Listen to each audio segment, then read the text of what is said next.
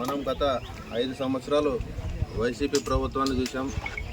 ఏ గ్రామంలో కానీ ఈ రోడ్లు గుంతలు పడి చాలామంది చనిపోతే కూడా కనికరించలేని గత ప్రభుత్వం. మన ప్రభుత్వం వచ్చిన తర్వాత ఎంబడే ఎక్కడైతే గుంతలు పడిన రోడ్లన్నీ కూడా బాగు చేయడం జరిగింది. అదేవిధంగా గ్రామాల్లో సీసీ రోడ్లు కూడా మన నియోజకవర్గానికే మొట్టమొదటిసారి 9 కోట్ల చిల్లర సీసీ రోడ్లు గ్రామాల్లో వేయడం జరిగింది. అదేవిధంగా ఎల్ఎల్సీకి కూడా రిపేర్లు చేయడం జరిగింది. గత ప్రభుత్వం ఎప్పుడు ఎక్కడ కూడా కనీసం ఒక గంప సిమెంట్ కలిపి వేసిన పాపాన లేదు. మన కూటమి ప్రభుత్వం వచ్చిన తర్వాత అనేక అభివృద్ధి కార్యక్రమాలు చేపట్టడం జరుగుతుంది. ఇది ప్రారంభం మాత్రమే.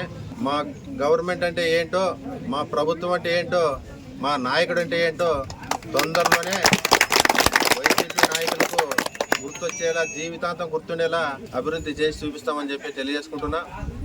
అదేవిధంగా గ్రామాల్లో కూడా మన కార్యకర్తలు పింఛన్లు కానీ హౌసింగ్ కానీ ఖచ్చితంగా మనం అన్ని వాళ్ళకి సేవ చేసి పెడితే మనల్ని గుర్తిస్తారు.